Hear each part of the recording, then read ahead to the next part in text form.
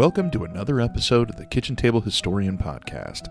In case you were wondering, we're not a podcast about food. We're going to tell you the stories that your grandma didn't want you to hear.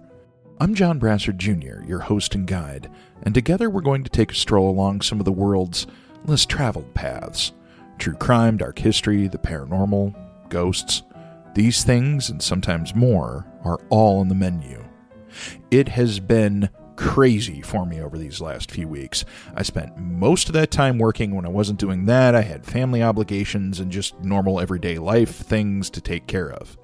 Because of that, this week's episode is going to be another short one. I know you folks love the longer stories, but please be patient with me. I have some really great stories that I've been preparing for you, but life just got a little hectic. Thank you to everyone who has left a like or review on Apple iTunes or subscribed to my YouTube channel. Thanks to you, I now have 150 great reviews on iTunes and over 100 subscribers on YouTube. I know that's not a lot compared to other people, but those numbers are big for me, and I appreciate each and every one. Now please, take a seat. Get comfortable. Make yourself at home. Do I have a story for you?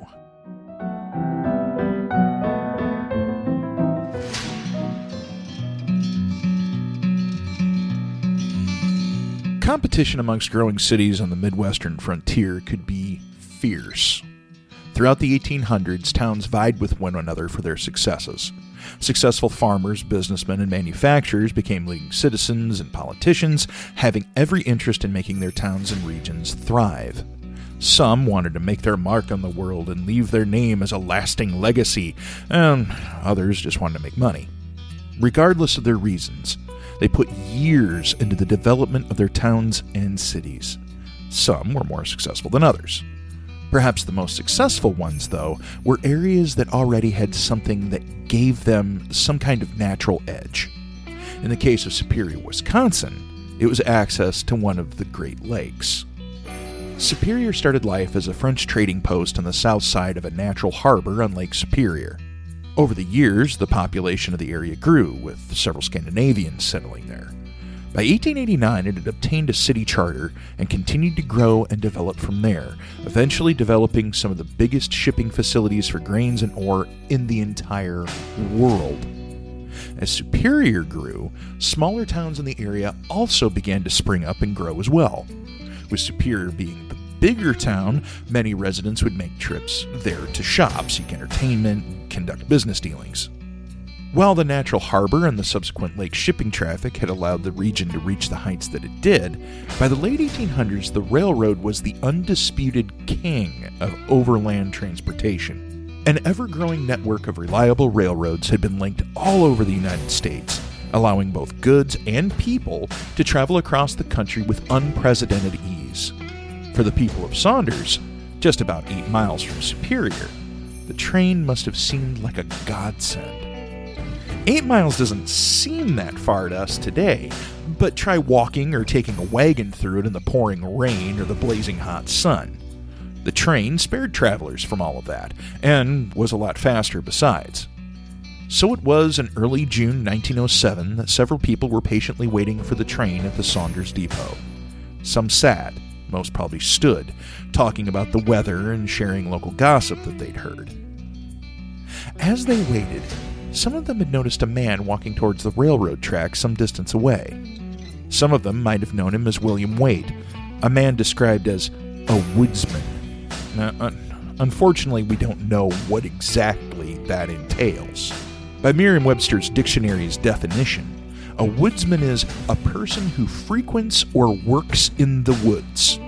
Now, this could have meant he was a professional lumberjack, or perhaps Waite was a professional hunter who sold pelts, game, and fish locally.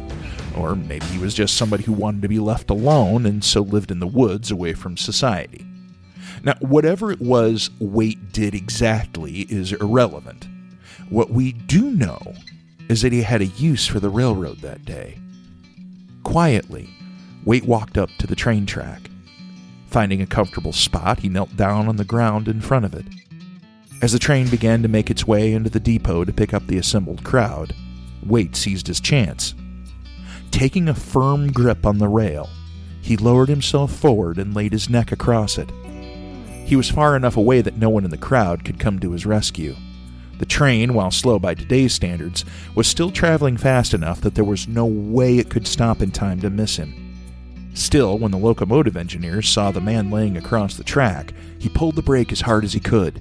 The train lurched, but the hard steel wheels kept rolling, passing effortlessly through William Waite's neck, severing his head. The crowd watched, horrified. They wanted to help, but there was nothing else they could do but stare.